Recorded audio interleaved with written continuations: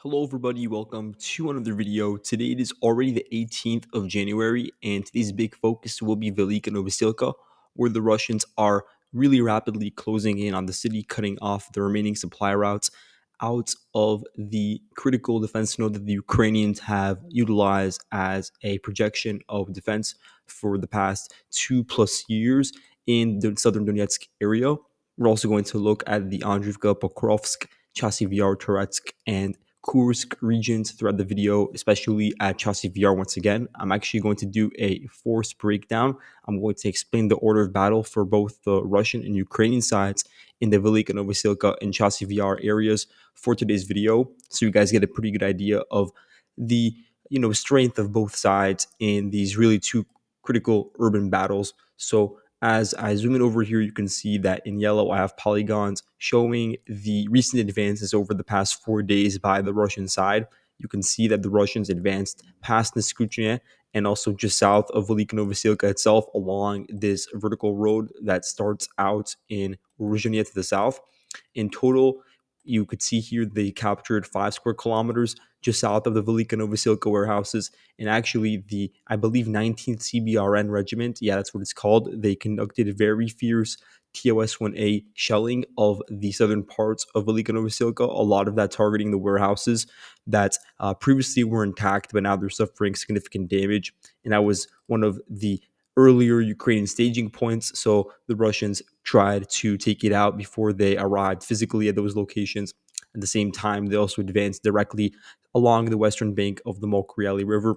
We talked already about how they captured Neskuchnia at a pretty fast pace, and every single time they advance northwards and capture another village, it occurs at an even faster pace. And so now a new record has been set with the capture of Remivka. It only took 3 days for the Russian forces of the 127th Motor Rifle Division. I don't know specifically which regiment or brigade was involved because there are a few over here that could be the culprits, maybe 60th Motor Rifle Brigade, but I definitely know that it's the 127th Division.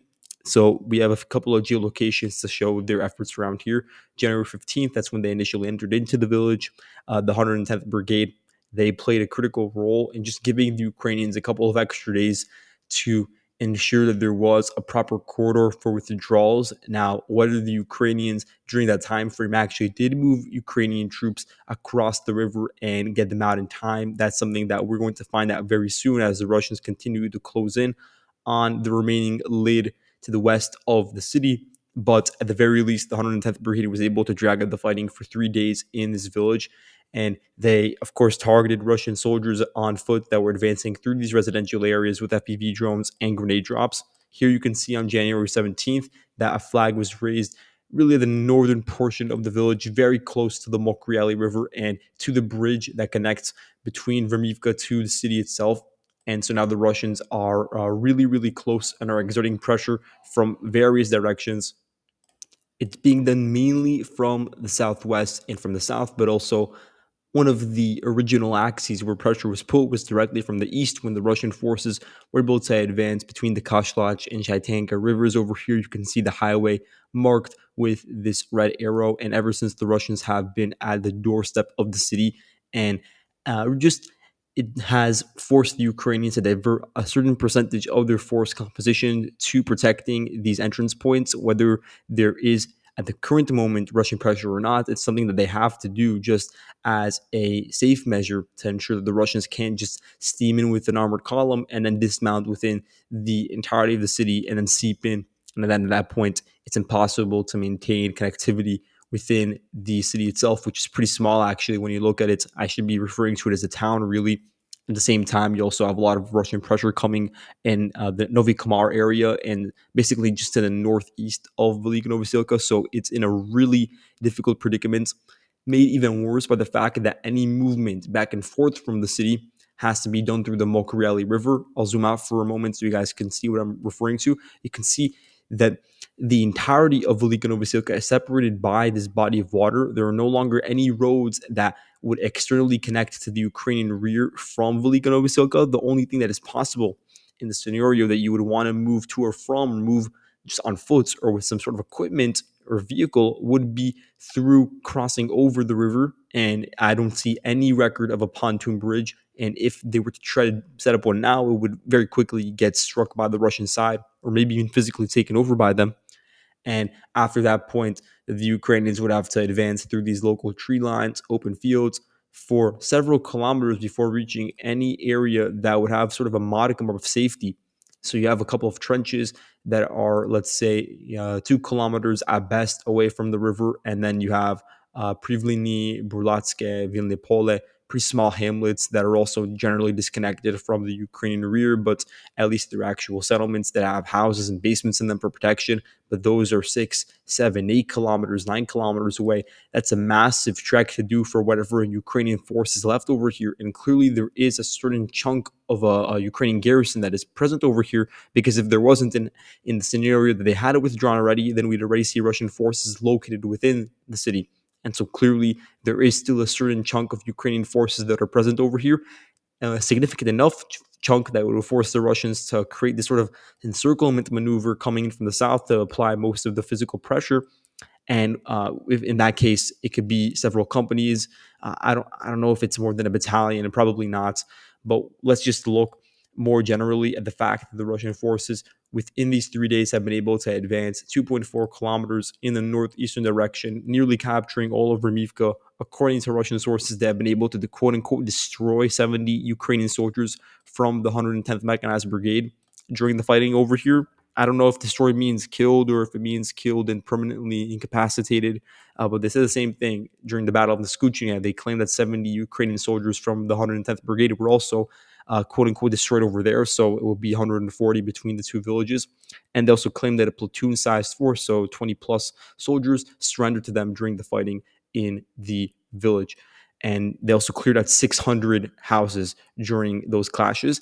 As a result, now the Russians, if we're going to look at it, they're just 2.7 kilometers away from fully cutting off Velyka Novosilka, putting whatever Ukrainian force remains here in really immediate danger of being cut off entirely. And if there was ever, if there still is a Ukrainian garrison that is significant and wants to get out over here, they're not going to be able to move in an organized manner, because any organized force would immediately be spotted by Russian reconnaissance drones and struck from the front line. There's no way for that to be avoided.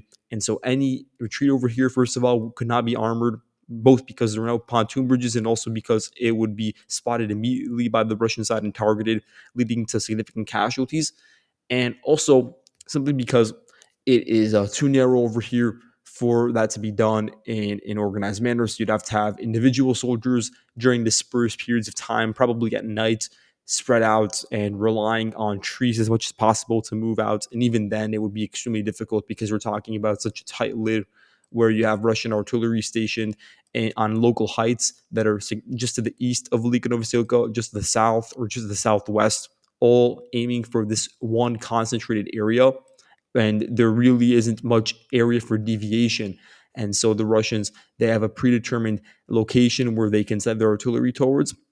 And if I were there, utilize their vast amount of drones. Now, recently, the Russian garrison in Velyka Novosilka has deployed additional rounds of drones. So now they're also using fiber optic FPVs. That was reported on January 10th by the 31st Mechanized Brigade, which is one of the Ukrainian units that has recently been deployed to this region.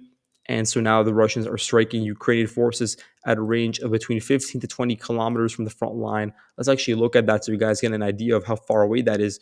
15 kilometers is where Kamar is located. That's one of Ukraine's rear locations that has been important to supplying the current forces in the Velyka Novosilka clashes. And then 20 kilometers, you're already looking at areas along the highway that are pretty close to the border with Dnipro and Zaporozhye. So it is really, really deep. And there's essentially no way for electric warfare to jam those fiber optic systems. They don't carry heavy munitions, so they don't have a high explosive yield, but nonetheless, they are able to penetrate really, really deep into the Ukrainian line and target a lot of critical hardware that is needed for frontline support. And so now it's going to be really important to see how much of the Ukrainian forces are still left and didn't retreat during the brief window of opportunity they had over the past couple of days, because that will determine how many of those forces are now going to be killed during a sort of Hail Mary attempt to get out or will be captured during a certain encirclement.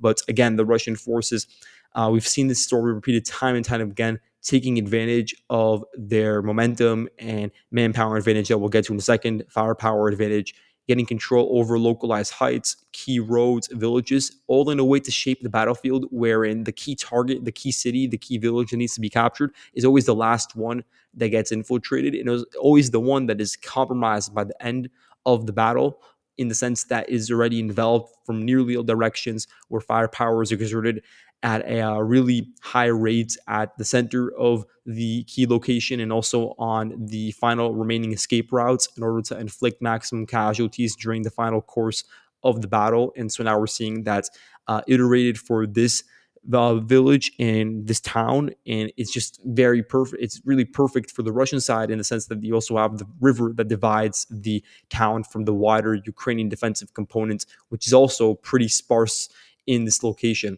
So really something important to look out for in the next 24, 48 hours, and we'll update that as time goes on. But I do want to look at the Russian Ukrainian garrisons over here, because I think it was like 3 months ago I warned the Ukrainian garrison over here was chronically undermanned, and there have been corrections made to the force composition. It's much better than it was at the time. I think that it is increased a bit less than twofold on the Ukrainian side. So that's a really good amount in a couple of months, but definitely not enough to keep up with the pace of the Russian garrison over here, which is also really massive in its own rights, much more, I would say, abundant when it comes to troops, and especially when you're looking at an offensive versus defensive capacity. The Ukrainians in the first, they really, really do need to bolster their defenses in areas where their flanks would be so compromised, and we saw how that actually came into existence and how these things manifested with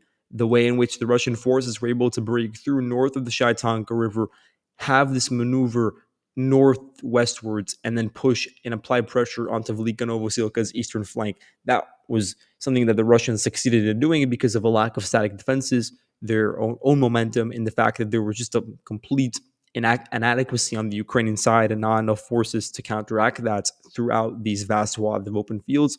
And that really played a big role in allowing the Russians to advance as much as they have over these past few months here, despite it not being one of their main priority sectors. Looking at the Ukrainian garrison, recently it has received the 131st Reconnaissance Battalion. I think that operated around Kharkiv. You also have the 110th Zaporozhye Territorial Defense Brigade, another Kharkiv unit. 31st Mechanized Brigade, it's been in and out of this location for a while. It previously served in the Orkiv sector, but it's now redeployed over here and is engaged in fighting both north of Rivnopil, but also closer to the city itself. You have the 3rd Special Purpose Regiment, previously operated in the Kamyansk region. I think it actually may be split between Kamyansk, which is located at the western edge of the Zaporozhye front, but also certain units of this regiment are deployed to the Velyka Novosilka region.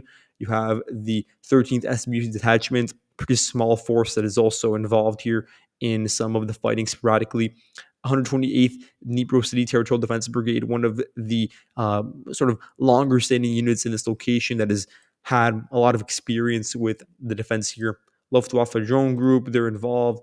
762nd State Special Transport Service, just one of these miscellaneous units that is deployed in this general region. You have the 114th Battalion. This is a part of the 110th TDF Brigade. 157th Battalion of the 118th TDF Brigade is also deployed over here. 118th, I think, is around Verkhnokamiansk and in the Seversk front, but at least one of its battalions is actually deployed in this location. 17th National Guard Operational Brigade previously served as a regiment, and so I don't know if it actually got beefed up in manpower to the point where it is a brigade, or it's just this sort of like name inflation wherein regiments are now being referred to as brigades in order to just give the illusion that the Ukrainians have stronger manpower and stronger numbers than they actually do.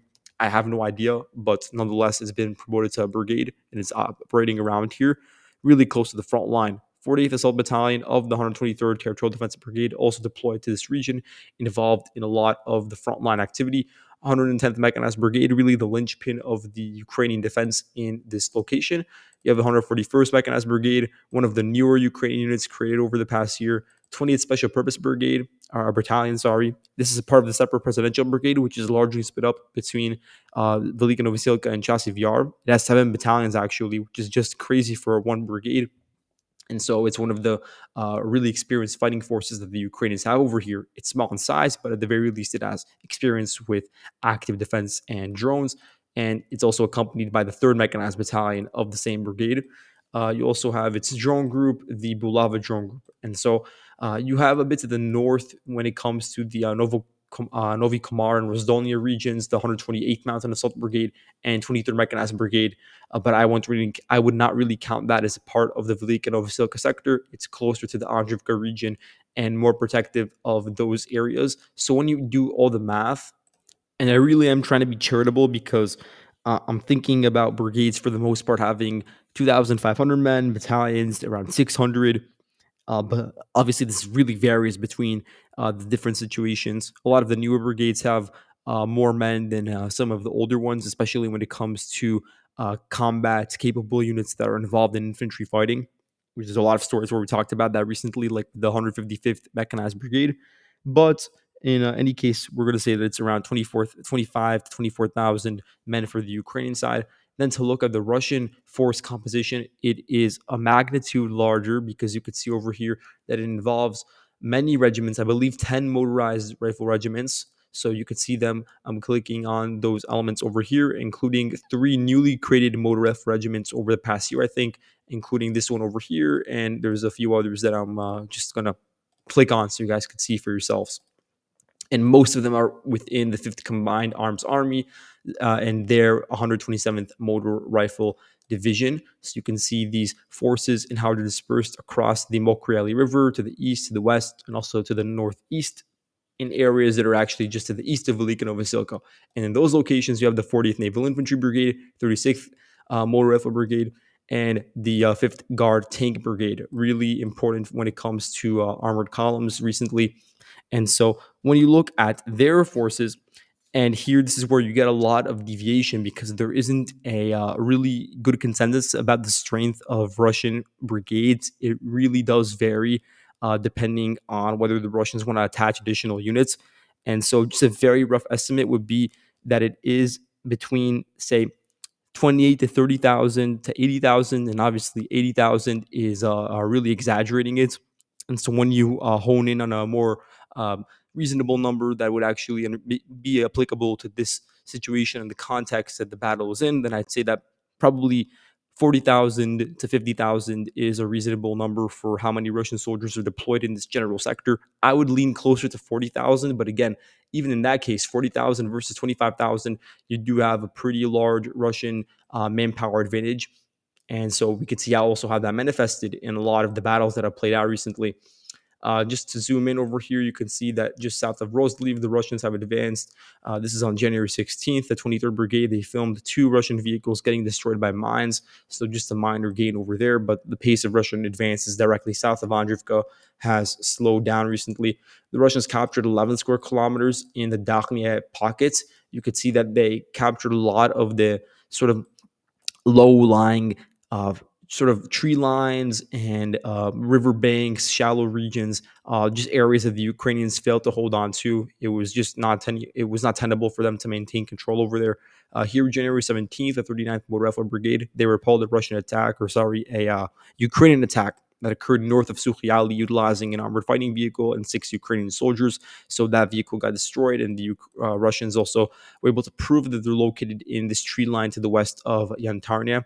The Russians took over the water filtration plant south of Dakhnia, and also a lot of the western remnants of the really large-scale defenses that were built to protect the 2015 to 2022 Kurakove perimeter trenches. So now you can see that the Russians are at the southeastern entrance to Dakhnia. You could see that over here with the same polygon showing 11 square kilometers captured. So the Russians advanced 1.1 kilometers westwards in this location, capturing the first tree lines and houses in Dakhnia. This is an area where the Ukrainians will try to maintain resistance because they are trying to really retain control over this buffer zone.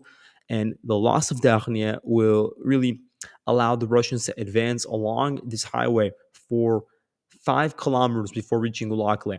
And this is going to be just completely open. There are not many trenches over here. There's one anti-tank ditch, and there are, of course, tree lines where the Ukrainians will be situated, but not an organized settlements to project resistance through. And so Dakhni is the final one, even though it is currently in this sort of perturbed form where it is just sticking out and disconnected from the rest of the Ukrainian rear garrison. It is still important for the Ukrainians here to hold out and buy time while the Ukrainians on the rear continue to build up into Lokli and Andriivka regions. So now you're seeing the Russians make those initial entrances into the village. It's going to be really important to see how quickly they take it over. Here you can see south of Shevchenko, the Russians just getting control over a lot of these gray zone, open areas, hinterlands between various rivers that is just untenable for long-term defensive settlement. And so the Ukrainians are located over there. The Russians are capturing 2 square kilometers, just trying to fill that void. Also here, just between Slovyanka and Petropavlivka, the Russians have advanced another zero point 0.7 square kilometers, taking control over additional open fields and tree lines in the direction of the highway that is just north of Andriivka. But there is a strong Ukrainian defensive component consisting mainly of the 35th Marine Brigade in this location, which is why the Russians have been unable to exploit the fact that there are basically no settlements located to their west for really a massive period of space. You could see over here, if you just look westwards, there's not a single village in sight for another 27 kilometers, and you would already be able to cross over the Donetsk-Dnipro border without many obstacles when it comes to trenches or dugouts in the way. But just because the Ukrainians have deployed over here a significant amount of drone operators and also just infantry, they are not able to do so at the moment. But that could, of course, change given developments a bit to the north around Yasnove. So over here in Yasnove, the Russians have taken over the vast majority of the village. There's a geolocation from January 17th of the 153rd Mechanized Brigade conducting grenade drops onto Russian soldiers at this location. And you can see how they also advanced through this pond region and the adjacent tree lines south of Novoye Elizavetivka. Also, just to the east of Nadivka, the Russians captured another 2.3 kilometers. So just further shaping operations as they begin to approach the final bastions of populated areas for the Ukrainians on the border between Dnipro and Donetsk. And so this runs along two lower elevated regions. One of them sort of branches out from Novaya Elizavetivka northwestwards, and the other one is, of course, on the Solona River Valley. So the Ukrainians are at an elevation disadvantage, whereas the Russians advancing through these yellow polygons are taking over the majority of the ridges and local hills. When it comes to the Solona River Valley, the Russians expanded past Novovasilivka and have entered into Uspenivka, where they were met by Ukrainian tank fire, I think by the tank battalion of the 59th Mechanized Brigade. So they're located over here. They captured in total the Russians in this area 7.8 square kilometers, including cutting off the rail line that connects Udachne to Pokrovsk. So now you have the actual T046 highway that is really important. It starts out in Mezhova, even branches out westwards to Prosiana, and you could see how it connects to the Dnipro region, to Pavlohrad to a certain extent, to Dnipro city itself. Now, this really important highway has been captured by the Russian side, at least in certain locations. And the same thing with Kotline. The Russians are making their initial entrances in forays into this village. You could see how they've already been able to get a foothold in the industrial zone to the northeast.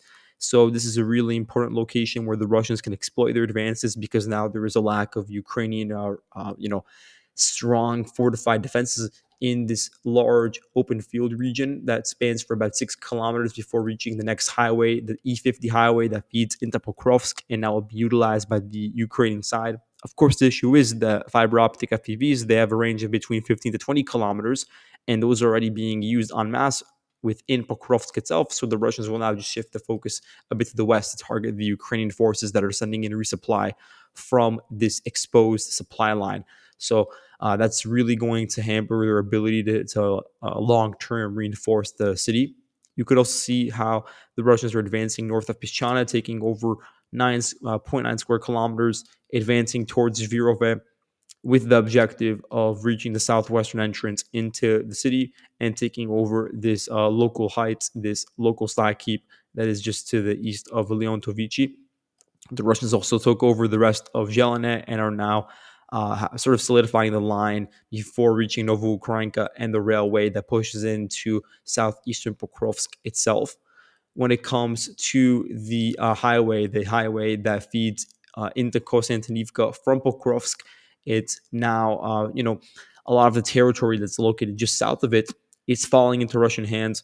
You could see that based on a geolocation of a Russian armored assault from January 15th, where the 14th National Guard Brigade conducted attacks utilizing or they targeted a Russian column that utilized 5 vehicles. It started out in Vozhizhenka, ran along a local road, then branched off onto areas near a local tree line, and then made it into Yelizavetivka itself. So now the village is contested after 2 rounds of Russian armored assaults. The first one establishing the foothold, and the second one expanding it slightly, but there is still Ukrainian resistance, as the 14th National Guard Brigade is operating over here with support from the 15th Brigade, and also the 241st Territorial Defense Brigade is also operating around here to a certain degree. So that will also bolster the manpower for the Ukrainians. You also have the 111th TDF Brigade, so it is a pretty large garrison, not the most experienced and not the highest quality, but in terms of just brute force and total amount of manpower, it is actually a significant amount. And I don't think the Russians have that much investment over here, so it could be an area that they send in additional forces towards in order to make it more conducive for a deeper assault, because there's definitely potential over here for the Russians to capture several dozen square kilometers of territory, further expand control along this highway, and actually begin to use it for their own purposes to advance in a horizontal direction towards an area like Novoekonomichne and Mykolaiivka and various other villages along this Kazeni Toretsk River. You could see that for now they've captured 0.6.3 square kilometers and zero point 0.5 square kilometers. So it is an important capture of territory that was sort of acting out in this bulge to the southeast of Yelizavetivka. Now the Russians are utilizing it for their own purposes of advancing northwards and reaching the highway in other locations and fully capturing Yelizavetivka. Looking at Toretsk, you can see over here the Russians advancing even deeper into Leonidivka. This is a recent geolocation indicating that the Ukrainians, their FPVs, are targeting armored and private vehicles used by the Russians during these advances, both in Leonidivka and in Shcherbinivka, where the fighting continues to rage on. It's an area where the Ukrainians are dragging out the fighting with the 12th Azov National Guard Brigade. Then in Toretsk itself, the Russians, they have entered into Krimska. There's this geolocation of the Russians at the northern sort of tip of Toretsk, entering into the village of Krimska. This is from January 15th. It's of the Predator Police Brigade conducting FPV and grenade drops onto the Russian forces as they were hiding in a house near this industrial zone, this local factory that is also accompanied by slag heap. And now to just look at Chasiv Yar, the Russians have captured in its entirety the Novi district of the city. This is an area that they were unable to touch even because so much of the focus was located in the districts northwards. You can see that over here. Just extensive fighting between the Ukrainian garrisons that are tight knit, but not enough. I don't think it was sufficient for long term defense over here. They have been so far, but I don't think they will be moving forward against the Russian 98th VDV Brigade, or VDV Division, sorry, which I believe also has its own issues. But you could see how it was mainly focused around the Oktyabrski micro district. But now, without much resistance at all, the Russians have captured the entirety of this region running along the Donbass Canal and in the houses in the Novi micro district. So it is 1 square kilometer of territory captured in total, given the Russians access to the forested regions where the DRUs could operate. That could create the southern pressure onto the core of Chasiv Yar and onto some of the houses that are already past Chasiv Yar in the Mykolaiivka region. So this is important to keep in mind, and also means that the Russians could really shift their full focus towards the core of Chasiv Yar. Now they already have the foothold on the northern flank, which is making it hard to resupply for the local garrison over here. And they can also begin to shift their forces from Novi and begin to put pressure directly on the southern parts of this sort of core of Chasiv Yar, this very small piece of territory, but it's very dense when it comes to refractory plants, when it comes to the high-rise apartment buildings, the local hospital, those duplexes even. So you could see new movement in these locations as well.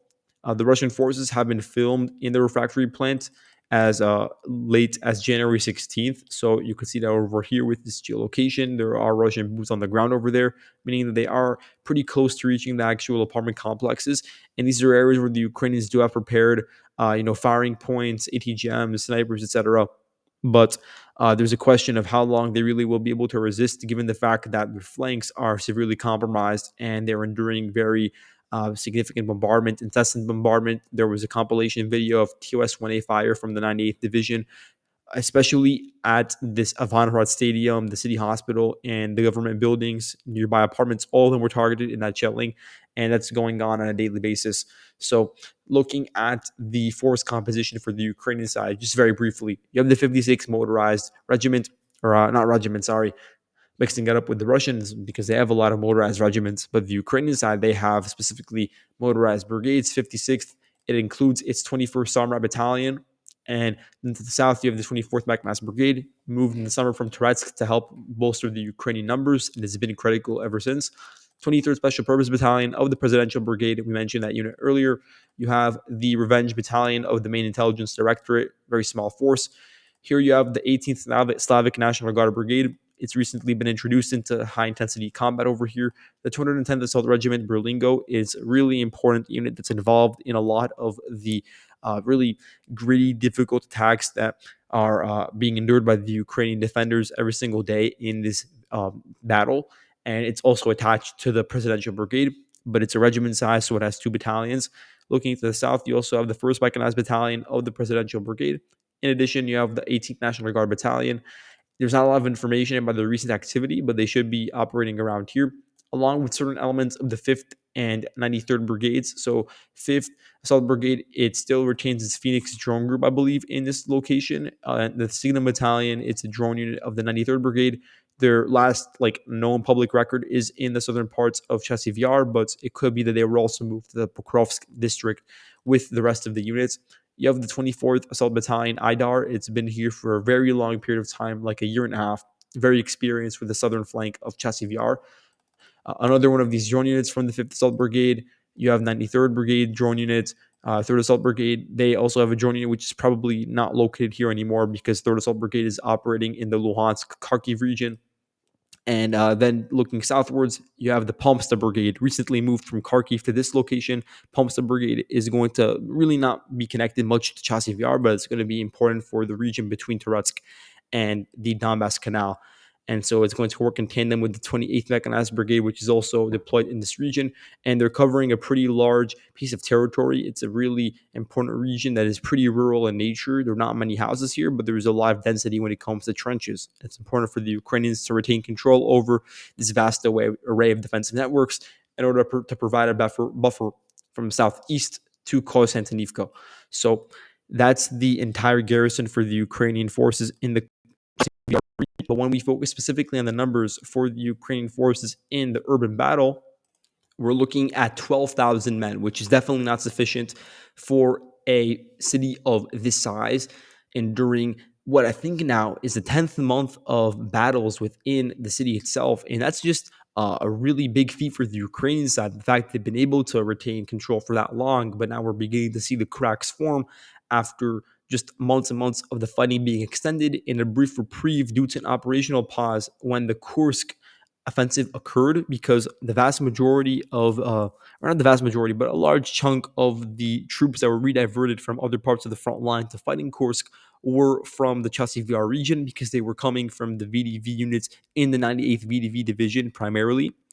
And so a lot of the units that you see mentioned in the Chasiv Yar front for the Russian side, they are probably at half strength because the other half of the force is fighting northwards in Kursk. And so that played a role in just diminishing the intensity of daily Russian attacks. But even still, the Russians have been able to achieve what we've been laying out over the past couple of days. So the Russians here, they have the 200th Arctic Motor Rifle Brigade also operating in parts in Kursk. Same thing with the 217th Air Assault Regiment, 299th Air Assault Regiment, 331st Regiment, and also the 1442nd Regiment that's fully deployed in the Chasiv Yar region. I think it's actually has an Akhmat present. There are some Chechen forces in this unit. There's also the 4th Motorized Brigade, which is a part of the LPR unit.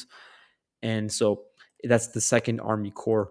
as it's been integrated into the Russian army. Same thing with the 7th Military Base Consolidated Tactical Grouping, also operating around here. And I believe that it's already a brigade level force. So when you add up all those numbers and you take into account the fact that a lot of the Russian paratroopers have been redirected to other parts of the front line, then you could estimate that the Russians have between 13 to 15,000. But I'm not taking into account the fact that there is a possibility that a large amount of special forces, BARS units, and ex-PMC fighters from Wagner that are currently enrolled in new PMCs. There's a few of them that I've marked on the map in Bakhmut, like the Patriot PMC. There's a possibility that they're also deployed to this region. It's just we don't have a public record of them being active in the city recently. So it could be more than 15,000, but we do know just for a start that it is slightly more than the Ukrainian garrison. And so the Ukrainians definitely do need to have a just a slight increase in the amount of brigades operating around here. There is already a strong core of forces that is involved and has a deep knowledge of the terrain and the Russian force composition, for instance, and how to defend within the city. But they definitely need support for their flanks, especially this northern flank. And then they need support for the core in order to retain control over there for as long as possible. So I probably do expect to see a movement of some units. And then the question is from where, because the units are also desperately needed in the Velyka Novosilka regions, and then Pokrovsk and Andriivka. So we're going to have to see. Maybe it will be siphoned off from areas that are less critical, like Kharkiv, but it's already been siphoned off from there previously. So this is just something that we'll have to wait and see about. So thank you all so much for watching, and I'll see you guys in the next video. Goodbye.